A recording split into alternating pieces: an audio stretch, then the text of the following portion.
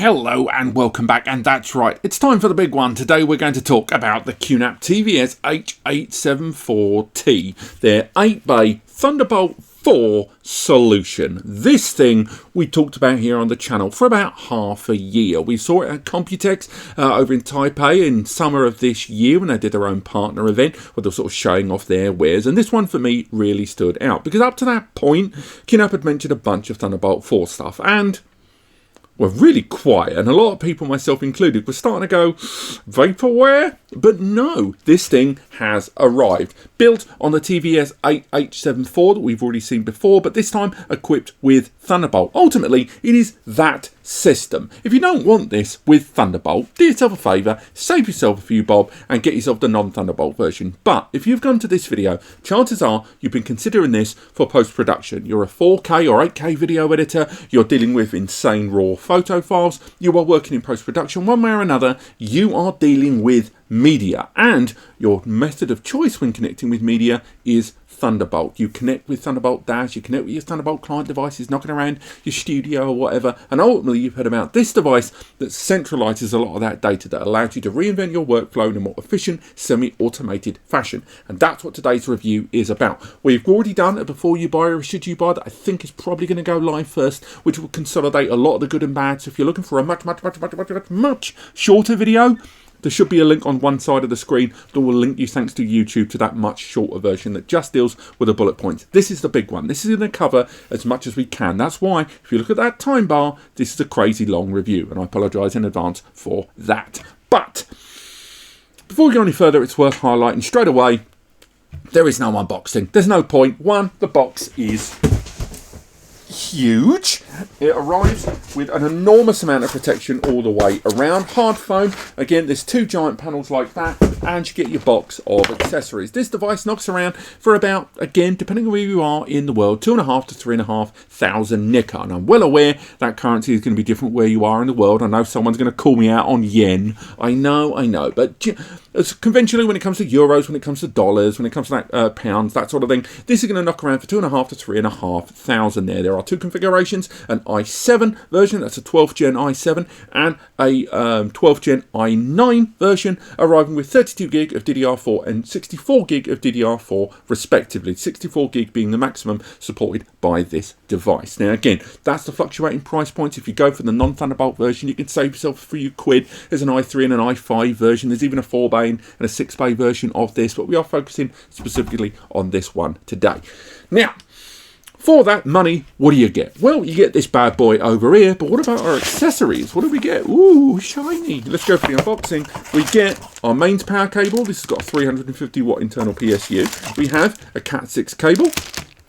We have screws for 2.5 inch and 3.5 inch media. We have keys for locking the trays at the front. We have heat sinks for the two internal M2 NVMEs, which I like, although I do kind of wish they were bigger for reasons that will become clear later on. And we've got instructions on a 3-year warranty that can be extended to 5 years if needed, and instruction manual and setup guide there inside. All fairly standard stuff. The system doesn't arrive with storage media. You're going to have to buy that yourself, which I know is a bit of a bummer at that price tag. But you know what wasn't in that box? A Thunderbolt cable. This system doesn't arrive with a Thunderbolt cable. It's 2023 going into 2024. I can buy USB drives with USB cables. I can buy Thunderbolt external drives. I can buy Thunderbolt DAS. I can buy Thunderbolt docking stations, all of which arrive with a Thunderbolt cable. The fact this doesn't arrive with a Thunderbolt cable does wind me up. And I know there's going to be those of you listening to this that are going to think I'm being very petulant and talking about e-waste. I get it, but this isn't a USB cable. A Thunderbolt 4 cable, it ain't cheap, and this system ain't cheap either. People do not have Thunderbolt 4 cables knocking around in their drawers like that old USB printer cable they had from 1991. They have very few of these, and the fact that this system at its price tag doesn't include that cable when DAS, direct attached storage systems, do, kind of winds me up a little bit. It's not a big dig against this system, but I really wanted to raise that wound me up a little bit, that we didn't get a cable included with this system. But that aside, everything else I want is included. I like the fact it arrives with heat sinks. So again, they could be bigger because this is a Gen 4 system. But apart from that, I didn't expect this to arrive with the storage media, and it does arrive in a very, very well protected box, and it arrives in, you know, a very nice presented box there overall. So in terms of the unboxing, I'm not going to criticise it too much. This is a device that toes the line between enterprisey brown, boxy, straight off the shelf eShop design, and some aesthetics that will appease you along the way and give you the accessories when you need it. But that's enough of that and the accessories. Let's talk about the design of this mother.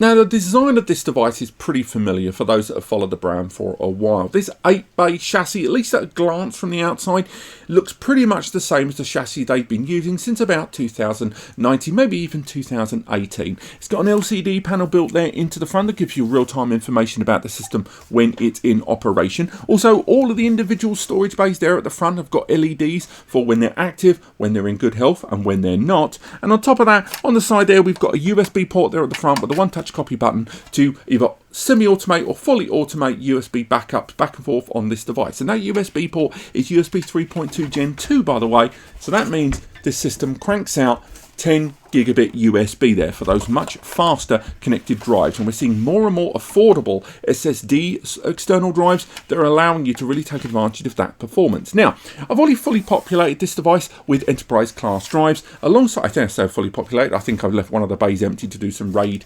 rebuild testing later on. I've also got a couple of M2 NVMEs inside. So do you know what, while we're here, why don't we give this a bit of a listen, shall we? Let's get this connected up and boot the device up.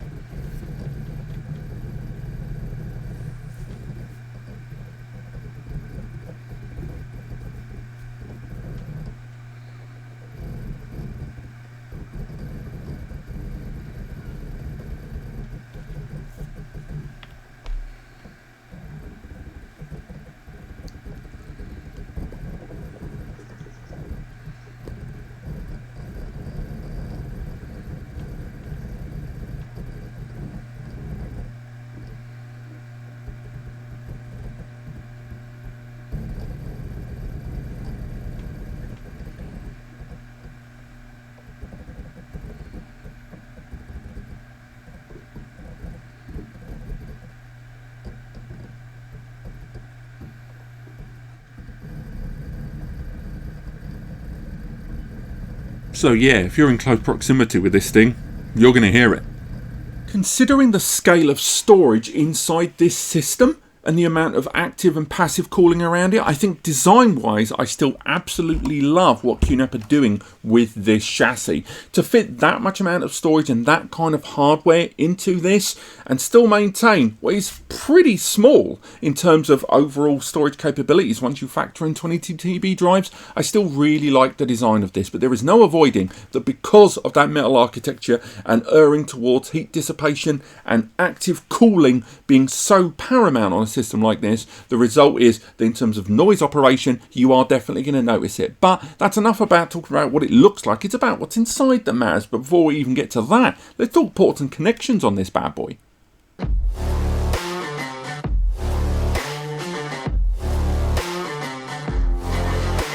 So we've already touched on the fact there is that USB port there on the front, but there is even more USB ports on the back. USB 3.2 Gen 2 ports there, which again can be used for supported peripherals, expansions, and indeed those 10 gig USB SSD drives I mentioned. Indeed, this system not only supports all of those expansion devices via those USBs as discussed, but the wide range of USB peripherals you can use inside this, from network adapters to TV tuners to office peripherals and more. Even AI modules can be connected to this via USB.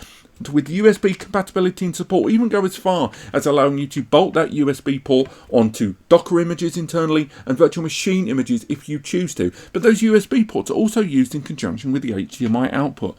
QNAP has HD Station and HDMI GUI that runs parallel to all of the NAS software inside that allows you to interact directly with this on a KVM keyboard video mouse setup. So whether it is that you're going to use a remote control, you're going to use a Wi-Fi remote, QNAP have got their own for free in the App Center or iOS and Android, or you're going to use a USB wireless or Bluetooth or wired keyboard and mouse to create a standalone access point to this device for surveillance as a standalone computer. That's right, you can use this as a PC if you choose, alongside it still running as a NAS for everyone else with that software. All of that is supported. But I will say HD Station from QNAP doesn't see anywhere near the number of updates that some of their other applications get, and sometimes that bums me out a little bit when certain apps and features, once a new version of HD Station comes out, doesn't use all of those features. There is a homebrew community, QNAP Club, and with that they've converted loads of existing Linux and Windows client applications to work on the QNAP side of things, and that include Plex and Kodi, but also higher end business modules, photo and video editing suites as well, working via that HDMI output and that KVM interface.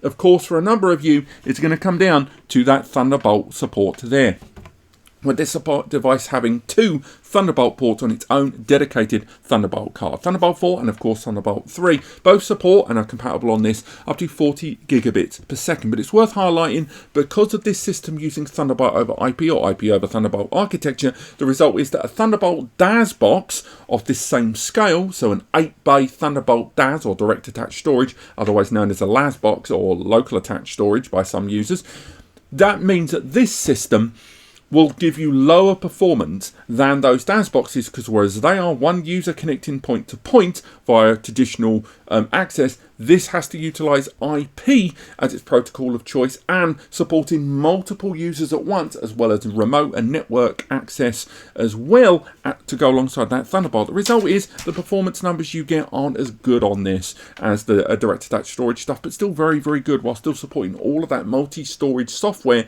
that we talked about up to this point. Now, those Thunderbolt ports, depending on the storage media you use, because Thunderbolt is a tunnel, it's up to you to fill it with water, will give you, on hard drives, you'll have 8 hard drives in a write RAID, reading and writing simultaneously, which will give you good performance numbers, which is great to hear. But if you use SSDs or the 2M.2 NVMe slots inside that we've discussed, or using expansion cards via the PCIe upgrade slot, you've got some great options open to you. But I can't wait to talk about those later on in the video. I will say, as happy as I am about all of this cooling, you've got 3 active fans and a fan for that internal PSU there, all of that cooling doesn't make up for something that is missing on the rear of this device. And do you know what it is? 10 gigabit Ethernet. Where's the 10 GBE? Every QNAP Thunderbolt system that's ever been released has Thunderbolt and 10 GBE. The reason it includes both of them is twofold. One, because when it comes to Thunderbolt, this system allows you to not only connect to it directly via Thunderbolt from your Mac or Windows system, but it also allows you to connect to an existing 10G network and use it as a 10G pass-through. That's one of the other advantages of using a Thunderbolt NAS in your operation environment. Now, you can add a 10G card, fine, of course you can, and that costs 100 to 200 NIC. And again, those kind of expansion cards that we'll touch on later on, they give you 10 GBE. But there's no denying that this not having that 10 GBE by default means that a lot of users are never going to know that they can use 10 GBE pass-through on this system to allow their non-10 GBE Mac or Windows system to connect full bandwidth with a 10G network. The other reason that 10GB on this would be useful is it would allow another access point for an editor. So you could have two editors connected to this device over Thunderbolt, and you could have a third or even fourth editor connected to this device if there were multiple 10G ports directly point to point. A 10GB card on their Mac or Windows system, or using a Thunderbolt to 10G adapter like this one that will allow them, if they're using a Thunderbolt system but there's no Thunderbolt ports left, allow them to connect Thunderbolt to 10GB and have another editor on this system, taking advantage of that multi-user access. And I just think it's weird, given its price tag of $2,500 to $3,500 Nika, that this system doesn't have 10GB when every other QNAP Thunderbolt NAS that came before it had 10GB out the gate.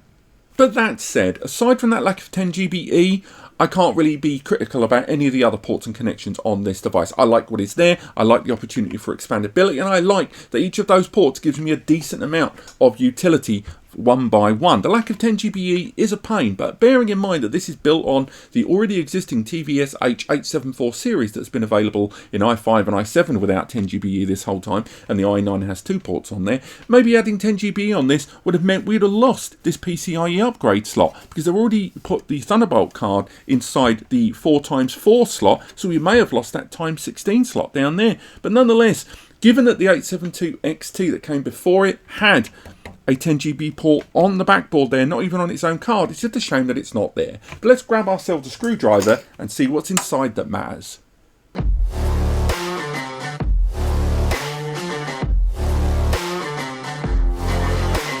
Now the lid is held in place with 3 screws and it comes off super easily there. Now the first thing we're going to talk about is that active airflow that's passing through this system. Because it's one thing for us to talk about those 3 fans, but we need to know what those vents and channels are going to be like. And I'll say right now, we have got plenty of airflow here, notwithstanding an enormous cavity down here that the air is passing over all of these important components alongside that PSU here, which I think is a flex one here. But on the side, we've got airflow going all the way through for those big fans, all the way through to the back there. Plenty of ventilation running through this system. Now if we move to the other side, we can see that main controller board there. We've got a CPU heatsink here, so no active fan for the CPU, but it does have an angled smaller fan directly feeding into that heatsink for that Intel i7 or i9 processor. That thing is a beast. When it comes to handling graphics, when it comes to multimedia, there is very few better CPUs in commercial turnkey NAS that you can buy these days better than that one. The other thing I'll highlight is whenever you look at Thunderbolt NAS systems, you tend to find Intel Core processor. The reason being, anyone that's ever connected a Thunderbolt device to their Mac or Windows system would have noticed that the actual overhead of just running Thunderbolt tends to draw more from the system, and that goes not just as far as traditional power but also a bit of GPU, and Thunderbolt is big for that, hence why they're always making a big deal about 4K and 8K support and multiple monitors and the like. So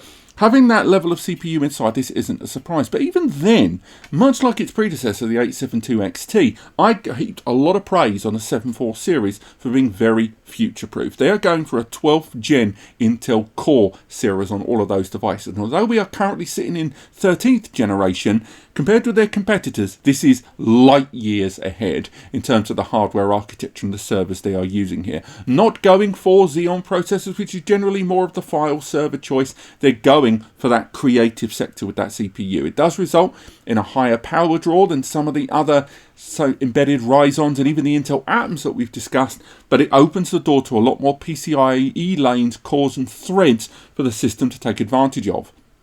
Now, we've got 2 SODIMM slots there inside. Again, they support up to 64 gig with 232 gig modules supported at once. There isn't support of ECC memory on this system until core processors don't support ECC. So if you are looking at this device and you're worried about that with error correcting code, that's not going to be an option on this device. This is not got that. But alternatively, thanks to the ZFS file system on here, you've got lots of preemptive measures with regards to the data transmission handling through the system and intelligent cache. But on top of that, you've also got support of things like write once, read many, for if you're slightly worried about the effective change of files later on in the system, where you can have those immutable storage areas on this if needed. Now, another thing worth touching on, and this box is very heavy by the way, so bear with me, down here you've got these two M2 NVMe slots, which I've populated with a couple of SSDs. Now this is where, and I've been looking forward to this, we get to talk about Gen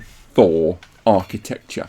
That CPU opens the door to the use of Gen 4 lanes. Now, when we talk about lanes, we're talking about the CPU inside any system has a certain number of lanes. These are effectively the pathways that you can bolt on things from the CPU and the chipset, the MOBO, onwards. Everything you attach to a system, right the way down to the storage drives, takes up portions or full areas of lanes. You can use, you know, little pass-throughs and little PCIe switch adapters to kind of eke things out, but ultimately the lanes are king.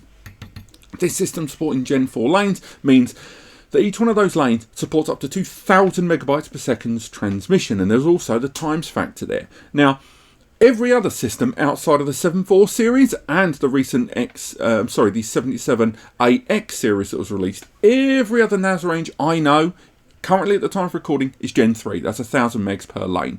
This having not only a CPU that in an i9 goes up to 20 lanes, I believe, but on top of that, that 2000 megs allows not only the PCIe slot of the PCIe slot occupied by the Thunderbolt card to be Gen 4 times 4, which is 8000 megs, but it also allows another PCIe slot here at the top at Gen 4 times 16. That is an insane 32 gigabytes per second to play with there, or 32,000 megabytes per second. And we can talk and moan later on about latency and the actual bit rate and the calculations and the transfer, but that is still an enormous amount there for that CPU times 16. And you can utilize that for high performance bandwidth cards. You can utilize that beyond third-party cards and combo cards. You can use QNAP's own QM2 card series. They've got cards like this one that arrive with 4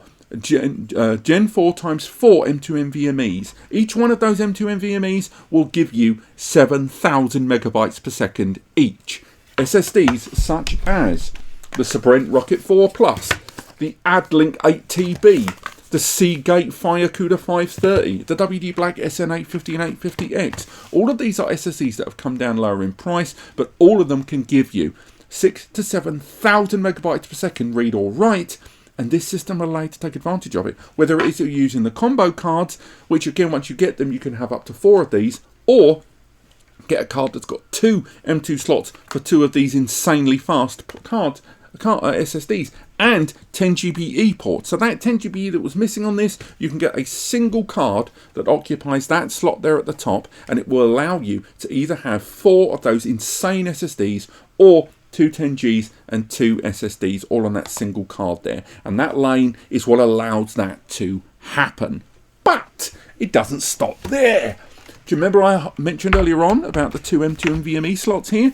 I've got 2 in here. This system has 2 4x4 M2 NVMe slots. That means that alongside the 8 bays of storage that this system includes, I can add these super ridiculously fast drives as scratch disks, as editing disks, as virtual machine disks, as caching, as you can even introduce AI M2 NVMe upgrades like the Coral TPU into those slots there. You can use one for caching, one for storage. And again, you've got 2 there, or you can add another 4 with an adaptive card there at the top. There's even support of higher end graphics cards on this system that allows you to not only add a higher end performing graphics card in this and bolster this system's graphical capability insanely, be it for virtual machine utilization, be it for Plex Media Server, be it for computer aided design and higher end editing.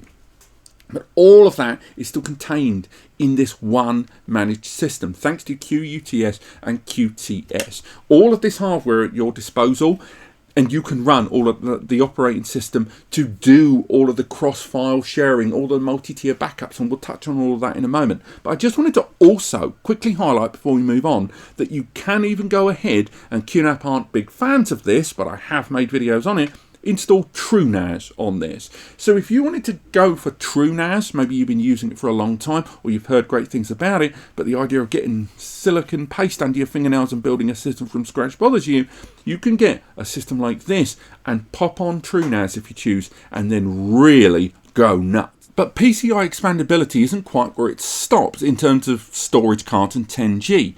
This system, although it arrives with Thunderbolt 4 connectivity there, it also supports, thanks to those PCIe slots, the use of 25 gigabit Ethernet and 100 gigabit Ethernet cards. Now, if you go to QNAP's own website, and they've done performance benchmarks on this system, utilising it fully spec'd with higher end storage media, you can hit 3 to 3,500 megabytes per second thanks to those 25 gig cards and dual port cards. Indeed, that far outpaces the performance numbers of Thunderbolt 4 on this device, which will cap somewhere between 1 to 1,500 megabytes per second because of IP protocol there. So even if you're not in love with using Thunderbolt, or you buy the device with Thunderbolt, you've still got a big empty slot here that can be occupied with a 25 gig card, a 10 gig multi-port card, or a 100 gig card to get even more network performance out of this device. But I think that's enough of that internal hardware. Let's move on.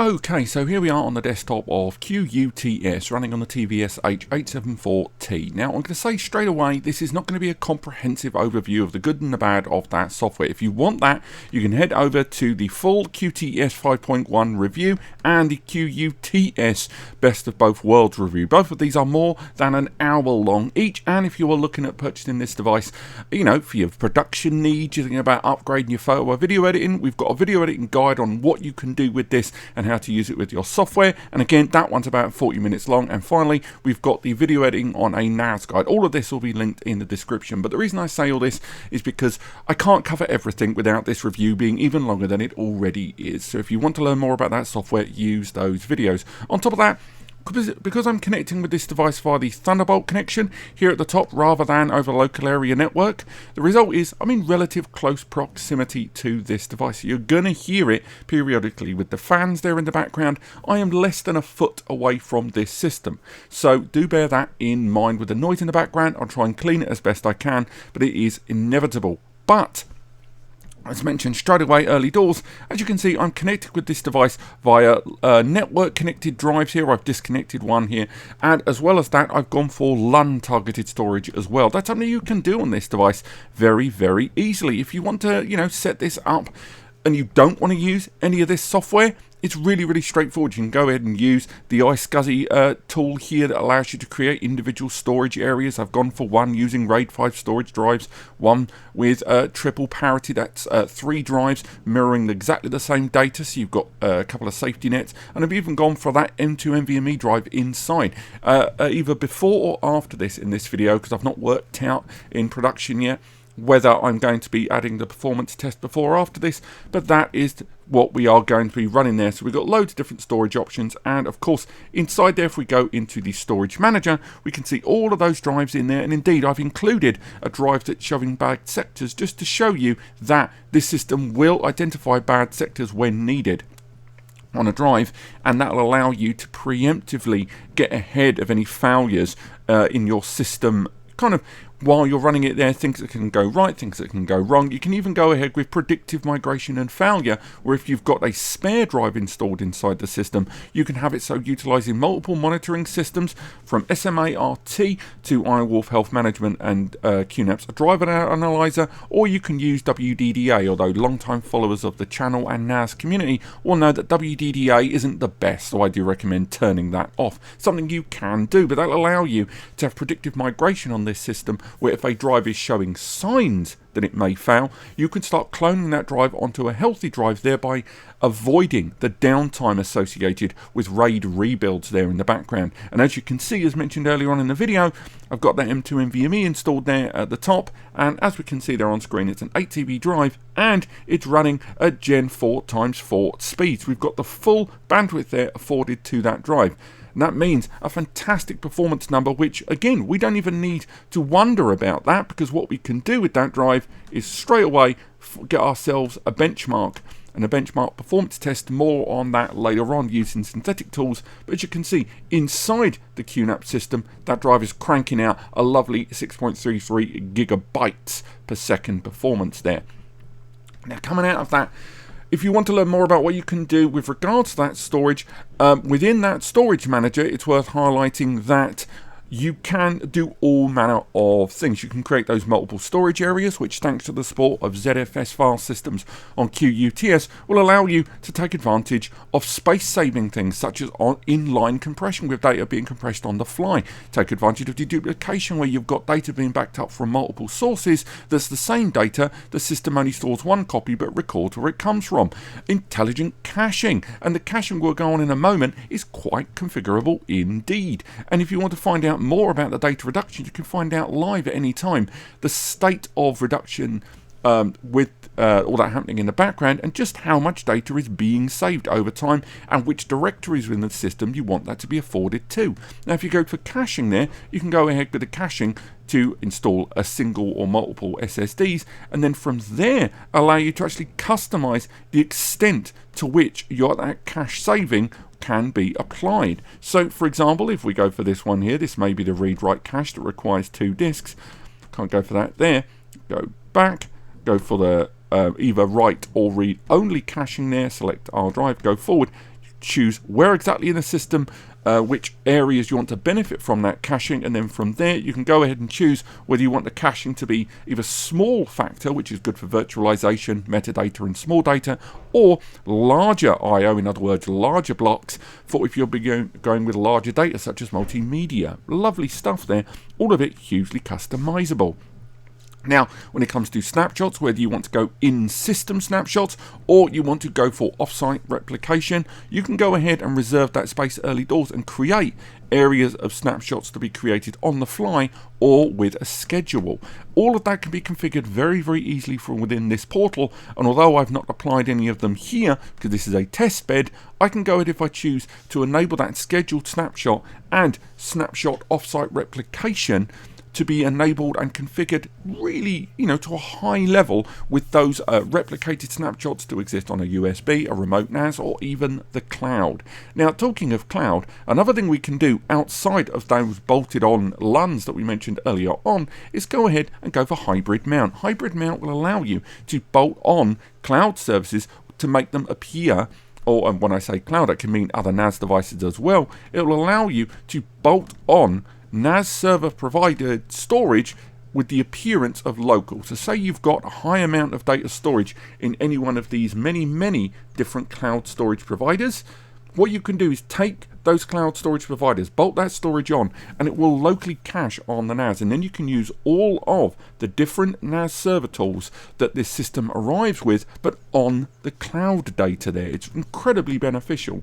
And the same goes in reverse. If you've got spare space on the NAS, you can go ahead and use the virtual JBOD application to allocate storage that's on your NAS and allocate it to another system, and it works in reverse. It's really beneficial and huge customization with regards to what you can do on the NAS. Now, it has to be said that QNAP has taken something of a beating recently when it comes to their security. After all the issues of Deadbolt, something we'll touch on later in the video, and something that did impact other NAS server providers. And indeed, at the time of recording this, they're not alone. You've got other third-party applications and open source and semi-paid platforms such as OpenCloud who are currently, having their own vulnerabilities exploited quite significantly. So it's good to see that QNAP is at least reacting to these things, and although we do have to still factor it in mind whenever we talk about this brand, it's worth highlighting that not only have they tightened up a lot of the defaults on the system, such as default user policies, ensuring that the admin account is disabled, and improved two-step authentication when you're utilizing the system and setting up that login security, but also using their own QNAP passwordless logging using an application to authenticate, which also checks your location, your IP, and your devices. All of that is built in to the device now, and creating users and giving them and assigning different levels of security as well as access and rights, both in terms of read, write and storage allocation within individual storage folders that you then intend to share online, can all be configured here via the web browser, as well as allowing you to access all of the files and folders with a comprehensive file explorer tool built into the web browser, as well as multiple tools that you can download online from QNAP's own store.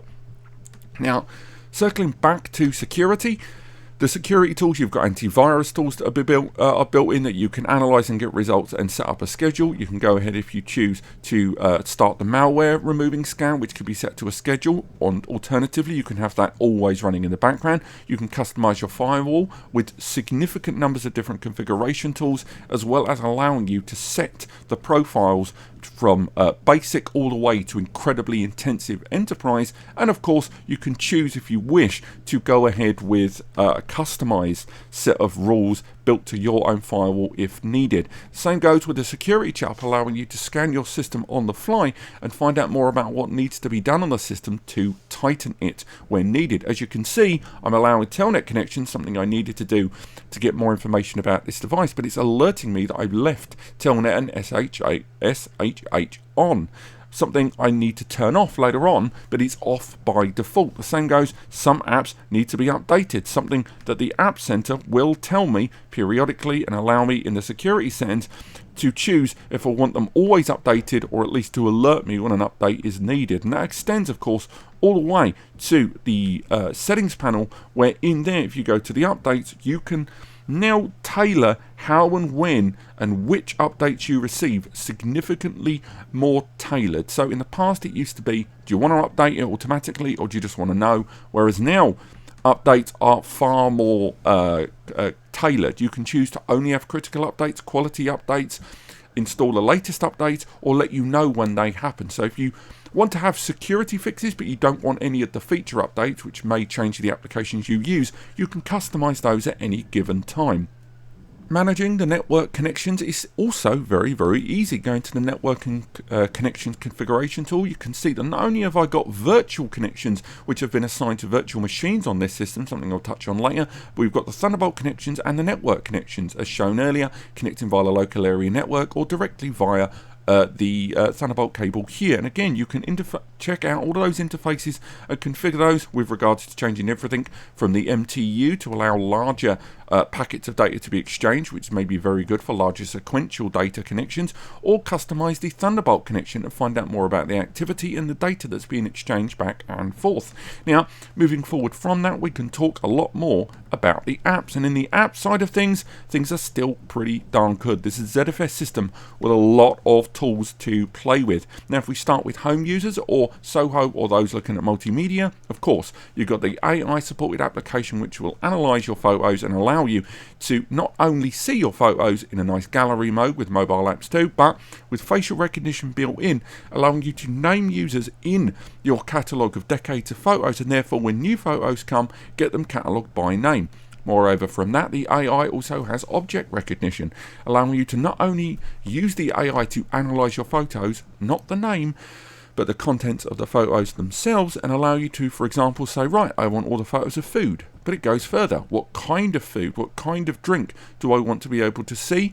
It will break down significantly into what's available and allow you to go through and categorize your photos a great deal more easily. Categorization is also assisted with the use of Q filing and of the use of Q search to intelligently search your system where needed, as well as utilizing Q filing to have a much smarter system that moves data over time from hot to warm to cold in the background for archiving when needed automatically, with lots of different ways to create these Q filing tasks for your data to be moved around in the system automatically and intelligently there.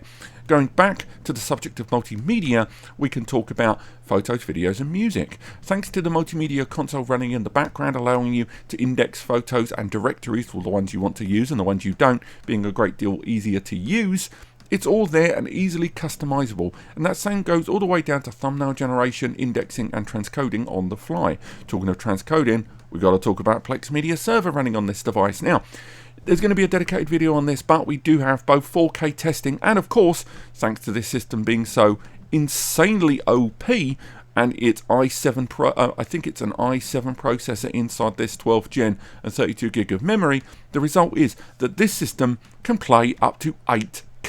Now, when we're accessing it here via the web browser, we're going to have issues of supported codecs, and we see it here that we're going to have to convert this file down, and that is going to slow things down significantly. It will play it eventually, And even though it's playing this file here in the background and it is clearly encoding it, it's struggling. But the struggle isn't the NAS. As you can see when we open up the task manager, the struggle is my local PC with the GPU and the memory getting absolutely hammered there. But if we were to come out of that file and play the exact same file using the Windows client application here, and again go back into 8K test files, find that exact same file here and play this, that means that my system can play this back natively. But once again, because of the task manager, we can see that it's my system with 100% GPU use that is the limitation, not the NAS. That shows you as long as you've got system and multimedia client devices that are 8K ready, this NAS will be able to output 8K when you need it. And again, stay tuned for that dedicated Plex video coming soon. Coming out of Plex Media Server, of course, we've gone to photos, we've gone to video. They've also their own dedicated video application in the form of Video Station. And alongside Video Station, you've also got Music Station that allows you to catalog and stream multimedia either directly to the devices you want to use, or just make it DLNA or UPnP accessible when needed. And again, if on the Video Station application in the App Center, you can go ahead and enable via multimedia add-ons metadata scraping just like you would find in Plex Media Server. Now, moving away from media, let's talk backups and synchronization. Backups and synchronization are handled with the following means. Hybrid Backup Sync 3 or HBS3 allows you to create a multi-tier backup approach between multiple platforms. So for example, if we choose one area of storage here on the NAS, click Next, we can see that this backup can be coordinated with another file folder on the local NAS, including USB, a remote connected NAS if we choose, alongside multiple cloud storage providers supported by here that allow to us to synchronize the data on the NAS with these cloud services via encrypted portals. We can even, if we choose one at random here, and we choose one of the local NAS folders, so local NAS, we can choose if we wish, choose another folder on the NAS. If we had a USB connected, we could use it. Go ahead and after that set a schedule when we want it to run, whether we want intelligent versioning to run in the background, whether we want to do integrity checks at the end of every backup. Then on top of that, set rules for certain file types, certain file ages, or enable deduplication to remove excess data consumption. On top of that, create new policies and optional options that you can add at the end that allow you just to double check that that job, if it works well or not, you are notified there. And the same goes if you want to go for synchronization tools between these platforms that allow you to synchronize two different file areas. What does that mean? Well, rather than backing up the data from the NAS to somewhere else, what if you want to synchronize one area of storage on the NAS with other places, such as client devices? And to do that, you would go ahead and use QSync.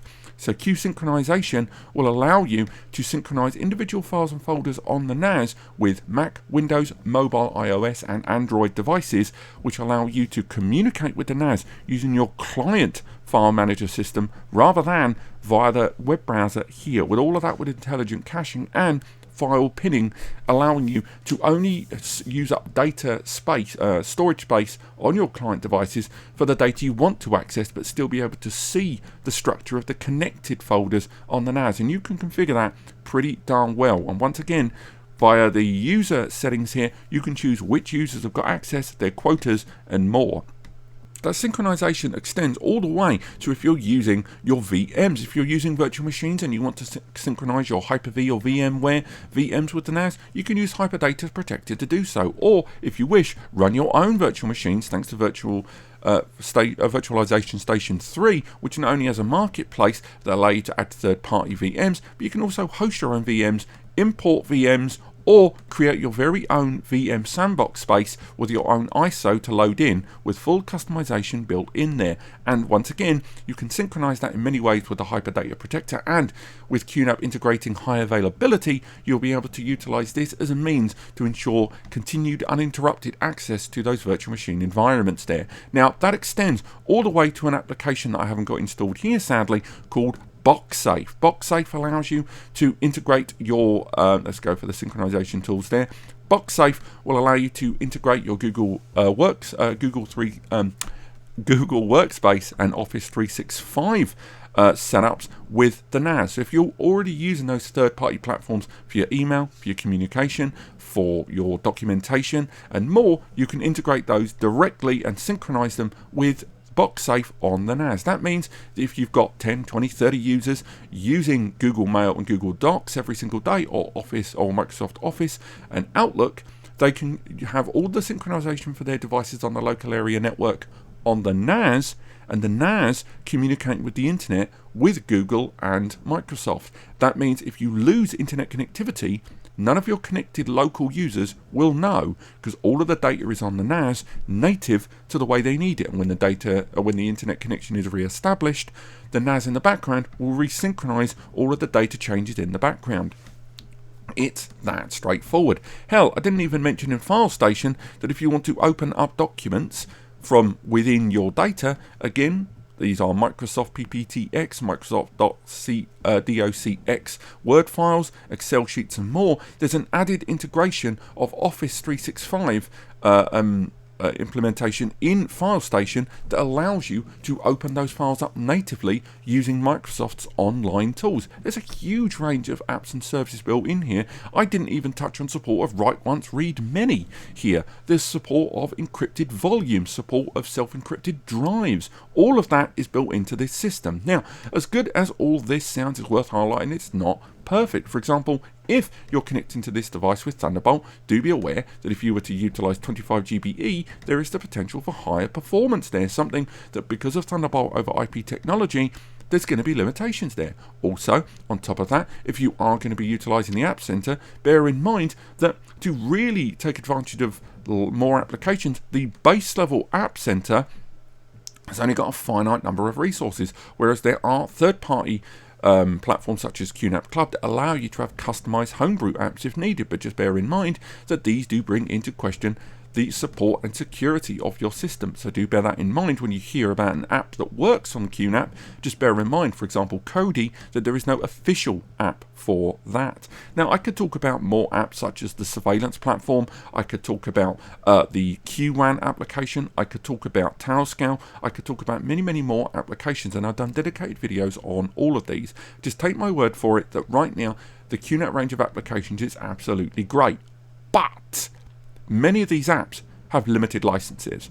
Many of them, the majority of them in fact, are completely license free, but some of them are not so, such as BoxSafe that requires licenses, such as the surveillance application that either has 2 camera licenses in QVR Elite or 8 camera licenses in Pro will require you, and again we are talking less than 5% of the apps, require you to go ahead and buy additional licenses.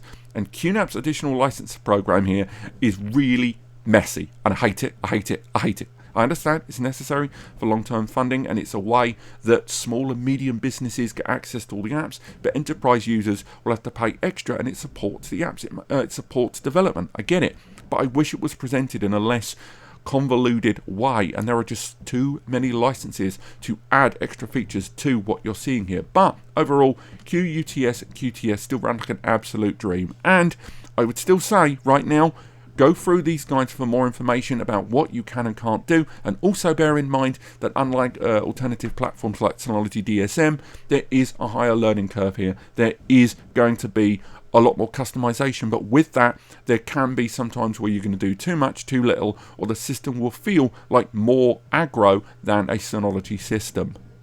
Okay, so let's talk about performance on this. Now, quick disclaimer, early doors, I am recording this around about 1.5 feet away from the NAS in question because I'm connected via a 2-meter Thunderbolt cable. So unfortunately, you are going to hear the NAS and the ambient hum of that system throughout this section of the video, so I apologise in advance. But I've got to say, for the most part, once you take into consideration the factors of Thunderbolt NAS versus Thunderbolt DAS, the performance isn't too bad. Now, a few qualifications there. I would say on this device, as you can see on the storage area there, I've gone for 3 storage pools. I've got 1 storage pool here, and this storage pool is made up of 4 12 TB, I believe it's 14 TB discs, one of which, by the way, in the middle of my testing showed a warning, so it did get picked up, by the way. That's the drive that had that warning, not the system. But as you can see, these are 14 TB drives, and I popped these in a RAID 5 group there. The second pool I went for was 3 drives, and this was taking advantage of the triple parity RAID. That was 3 discs disks in a three-way mirror. That meant the data was spread three ways, and that data meant I've got two safety nets there in terms of two disk redundancy. And finally, I went ahead and created a single standalone slash JBOD individual RAID there, just on an individual M2 NVMe, a Gen 4 SSD. That's an 8 TB Gen 4. That's the AddLink A series SSD. And again, you can go through all of the drives there on the storage manager. And again, we could have gone into a lot more detail. Indeed, if we choose to, we could dig into individual drives. So for example, if we go in to that 8 TB drive there, we can have a little look at the details and sort of go into the performance tests and have a look at some of the benchmarks we performed inside the system. And as you can see, if we zoom in a little bit there, that 8 TB drive there gave us a nice comfortable 6.33 gigabytes per second internally. Now that is going to be really, really important, the internal performance. The reason being that the external performance, it's very tough to realize that when you're utilizing Thunderbolt connectivity. You can see there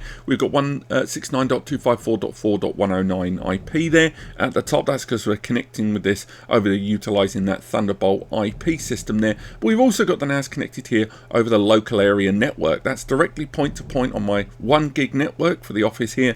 And indeed, if we open it up, you can see there the NAS listed at 874T, and there's our two different IPs there, which unfortunately as soon as I leave it's going to open a new tab. Ignore that one.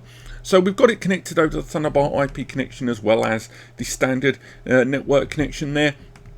When it came to the storage areas themselves, I went ahead and created 3 different shared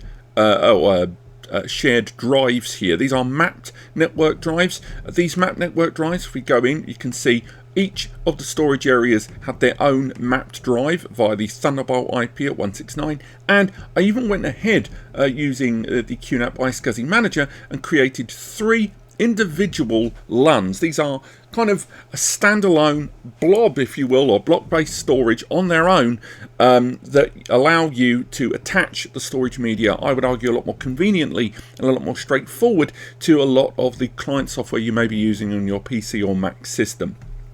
To put that into perspective, if we'd have chose to do an AJA system performance test here, as you can see, not only I've got all of these drives listed here, I've got all of the different RAID pools, I've got the shared drives, and I've got all of those LUNs as well. However, if I went ahead and wanted to use something like AtoDisk Benchmark will only show me the LUN connected drives, because some client applications won't play nice with mapped network drives. We've got a dedicated video on video editing setups for this device coming soon, because I think a lot of you are going to want that. But there's our mapped drives, there's our targets and stuff. So what actually were the results? Well, let's return first and foremost to AJA. Here are our 3 tests that I performed in the background. The reason I did it in the background is because we're recording this video utilizing OBS. That has a tendency to undermine some of the results that we perform here on the videos, just because of the read, write, and removing a lot of the overhead that Thunderbolt has a tendency to use. Now, here on the left, we've got the triple disk RAID LUN there.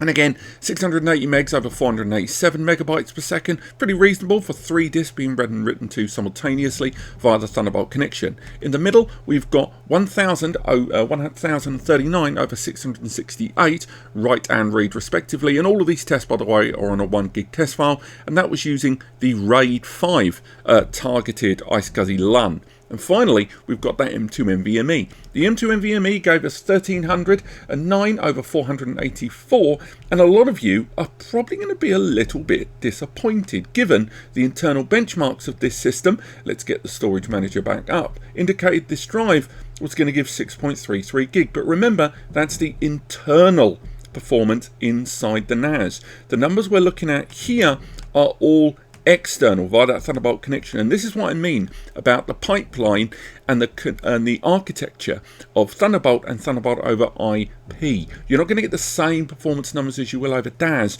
but remember, you kind of have to cross that against the amount of performance you're going to get across multiple users at once. So if we make our way into Atto Disk Benchmark, once again we've got the triple parity mirror, we have got the 4-disk RAID 5, and we have the NVMe. Remember, not a fully populated single RAID, we've created multiple individual storage areas on this system for us to kind of interact with. And by the way, it's also worth highlighting before I continue with those results, that I even made sure to cover different kinds of architecture here. So whether it was that on one of them we might be using 4K block sizes and using compression if we want to for inline data compression on the fly, and the same goes for those iSCSI targets. And if we select one, for example the RAID 5 one here, and go for modification, you're actually able to see the kind of IO sizes that we're using. When you are setting up a RAID for the first time, you can choose, if you wish, to change the block sizes of the data being applied to that storage area that's better suited to your kind of database. So if you're going to be doing video editing, 128K for those bigger block sizes. If you're running smaller high frequency databases, you can go right the way down to the smallest 4K sizes. So for each of those I went for different configs.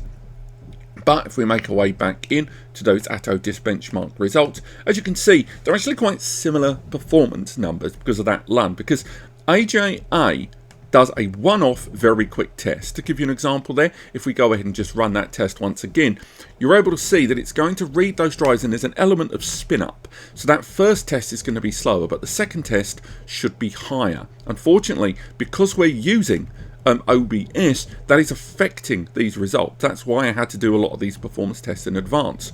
But again, you don't get consistent performance numbers on AJA because it's more of a snapshot. We can run it continuously if we choose, and it will just continue to run in the background. But if you do that, you do run the danger of oversaturating the drive's cache with overactive write. Whereas when we're talking about AJ, we're talking about Atto Disk Benchmark.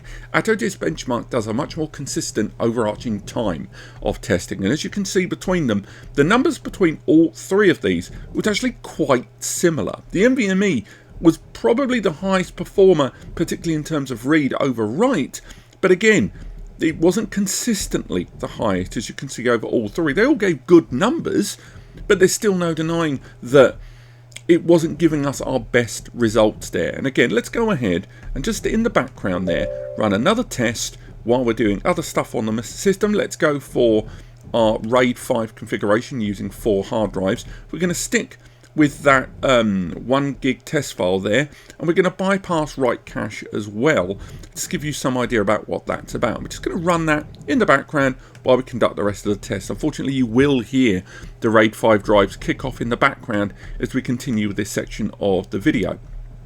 Now finally, I want to talk about Crystal Disk. Crystal Disk is another test here that people utilize, predominantly used for SSDs, I'll be honest, but it's not too bad when it's being used for the storage arrays we're going for here in terms of consistent performance. Also because we want to look at the IOPS a little bit more as well.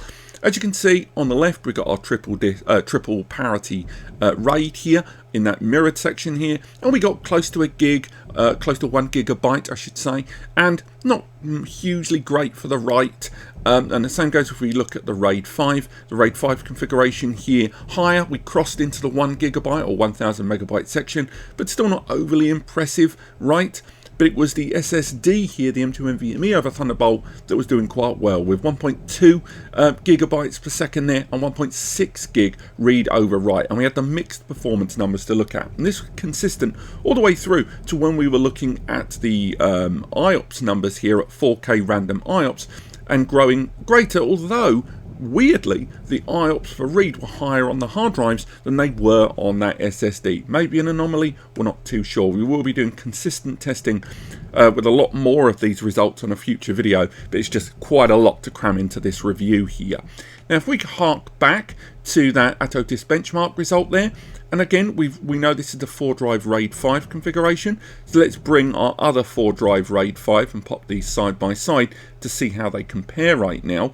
And if we pop these just side by side, we're able to see those performance numbers are pretty similar. We are seeing a bit of a dip, and how much of that is to do with us using OBS here in the background is yet to be confirmed. But I think all of these tests so far pretty much kind of line up against what we've been saying time and time and again in this video about utilizing a Thunderbolt RAID system, or a Thunderbolt NAS RAID system versus a Thunderbolt DAS system overall. You've got the convenience, and adding the drive to your system is pretty darn straightforward. Again, you would just right click, you'll go to network drives, you find where it's going to be on your local area network, which protocol you want to use. SMB is pretty much the go-to.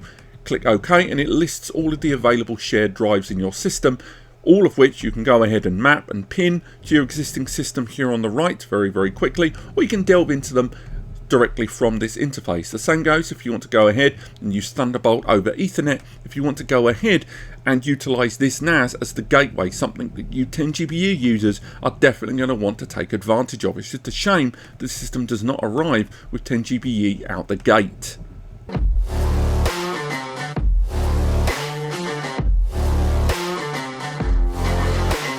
So what do I think? Well, I'll say straight away, if I start with just the positives, this is a real damn nice bit of kit. Notwithstanding the fact that it has that Thunderbolt 4 connectivity, I think the very idea that it can be expanded towards 25 gig and 100 gig, as well as utilizing multiple 10 gig cards, is going to be beneficial for those that really want to enable as many high performance bandwidth connections, either client to client or via a switch, as possible. Now, on top of that, there is that software inside that's going to allow remote access and synchronization with cloud, other NAS devices, and allow a triple tier storage system to really benefit a lot of post-production for a lot of users out there. And indeed, remember, this is about reinventing your workflow with replacing a lot of cloud storage, replacing a bunch of USB drives, replacing a bunch of standalone Thunderbolt docks into a single system that's going to be managing all of that, as well as managing its own off-site backups towards another NAS, towards USB, towards the cloud. There's a lot to be said for this device replacing your existing workflow in post-production.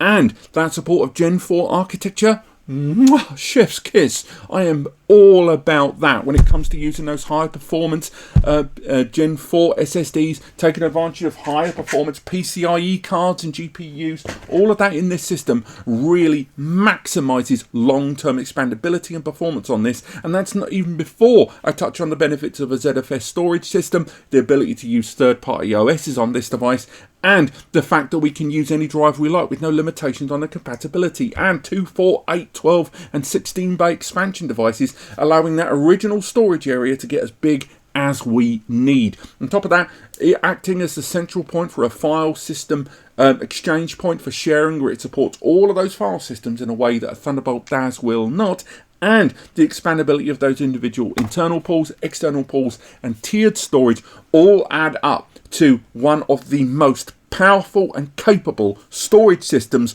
I've ever talked about here on the channel. However, it's not all good news, is it? 1, man alive, it's pricey. 2, Thunderbolt NAS is never, ever, ever going to give you the same level of comparative performance of a direct attached storage because of that one-to-one versus one-to-many relationship. Also, there is no avoiding that 25 GBE running on this device with the right upgrade cards will outpace the Thunderbolt ports there. And perhaps if QNAP was focused on a 25 gig version of this out the gate to accompany a 10G version, to accompany a Thunderbolt version, may be a better option for you and your money. Also, the lack of a Thunderbolt cable and the lack of a 10 GBE may seem churlish, but I don't like that they weren't included when they seem normal in this current state of affairs with Thunderbolt technology, and also that 10G port being something that every system before it includes, and this thing is crying for. And then, of course, we have to touch on Deadbolt, something that QNAP always needs to keep in mind. A lot of users still haven't quite forgiven them for, so do look up about Deadbolt